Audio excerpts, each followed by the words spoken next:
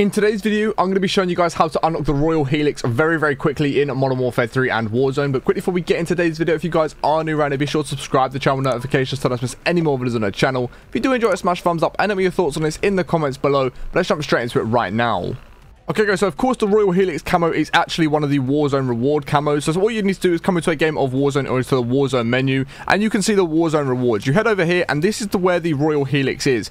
As you can see, this is the camo right here, the blue bit, obviously not the diamond looking bit, but the blue bit, it's a very clean camo. It glows really nicely in Warzone as well, or just in game. So what you have to do guys is complete a couple of challenges to get this done, and some people are really struggling with these challenges, but they're actually really easy to do.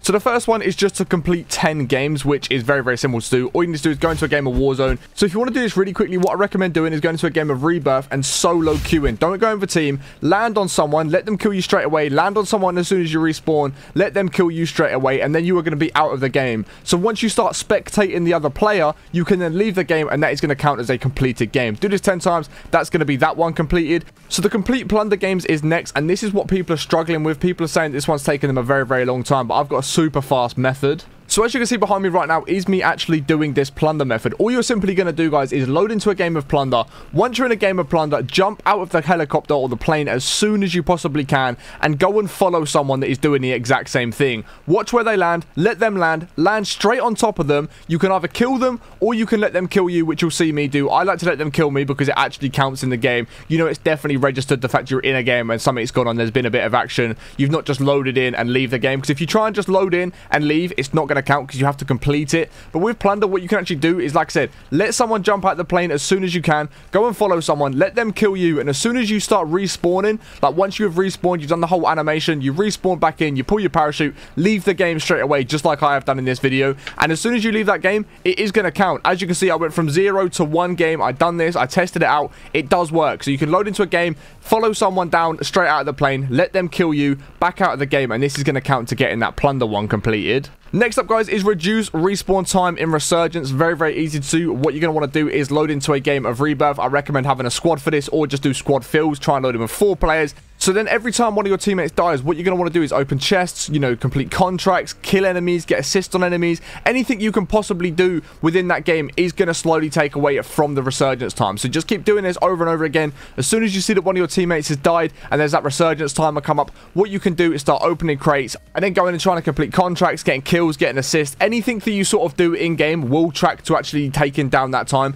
Even running around the map does slightly take away from the time because you get the on-the-move one. This does slightly take away a couple of seconds as well. So anytime someone's dead, just try and make sure you're doing something in the game of Rebirth. Like I said, it doesn't matter what it is, as long as you're doing something rather than just standing still. This is going to track towards that. And then finally guys, the most difficult one is reach the top 10 without entering the gulag in a single battle royale match. And yes, this sounds a lot harder than it actually is. What you can do is try and land centrally in the map and just camp it out. Just camp out.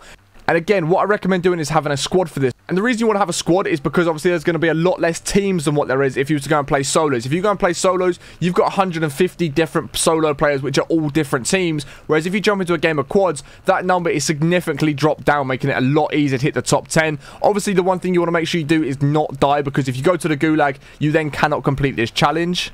So, like I said, what you want to do is actually load into a game, try and land somewhere in the middle of the map, just somewhere where no one's going to find you, really. Just camp it out, let those teams start ticking down, and then, of course, you just want to try and rotate to the circle as best you can. Stay alive as long as you can. Try not to get involved in any gunfights if you can avoid it. And if you do get involved in gunfights, make sure you win them, because if you go to the gulag, you're not going to be able to track this. But you can play this quite easy. Just play it really stealthy, play it really slow, play it really boring. Just go and stand somewhere in the middle of the map, you know, in a nice little safe area. Rotate to the zone if you have to. Let the top 10 come in, and that's going to be that one done nice and easy. It's really not too difficult. Like I said, you just have to try and play slowly, play patiently, try not to get in gunfights if you can avoid it. And another great way of doing this, guys, is try and get a bit of cash together and buy UAVs. If you can pop a couple of UAVs, you're going to sort of know where everyone is around the entire time. You can then avoid those areas where you see teams. Just get away from them. Stay in your own little area where nobody is around you. Get to that top 10 zone, and then you are going to get that one done nice and quickly. But hopefully today's video has helped you out. If it has, be sure to smash a thumbs up. If you've got any more questions or you're struggling with anything, let me know in the comments below. I'll try and help you guys out as much as I possibly can. If you're not already subscribed to the channel, notifications turned on, please make sure you're going to do that. I appreciate watching all the way to the end. Have a great rest of the day, and I'll catch you all in the next one in a bit. Peace.